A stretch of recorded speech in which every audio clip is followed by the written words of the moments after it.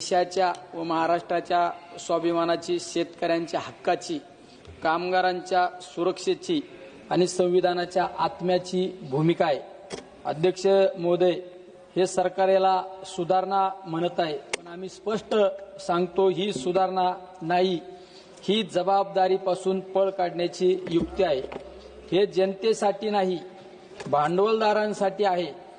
हे शेतकऱ्यांसाठी नाही, सत्ताधाऱ्यांच्या मर्जीसाठी आहे। हे कामगारांसाठी नाही, हे मोठ्या उद्योगांच्या फायद्यासाठी आहे। एकतर ही निवड समितीमध्ये राष्ट्रवादी काँग्रेस पार्टी आदरणीय शरदचंद्रजी पवार साहेबांच्या पक्षाचा एकही सदस्य यामध्ये समावेश नाही।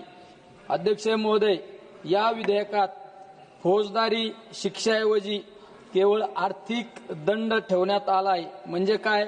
मोठ्या कंपन्या नेम मोडतील, पैसा भरतील आणि मोकळ्या होतील, पण गरीब, लहान उद्योजक, कामगार, कंत्राटी कामगार, कर्मचारी, सामान्य नागरिक यांच्यासाठी तोच नियम म्हणजे संकट आहे।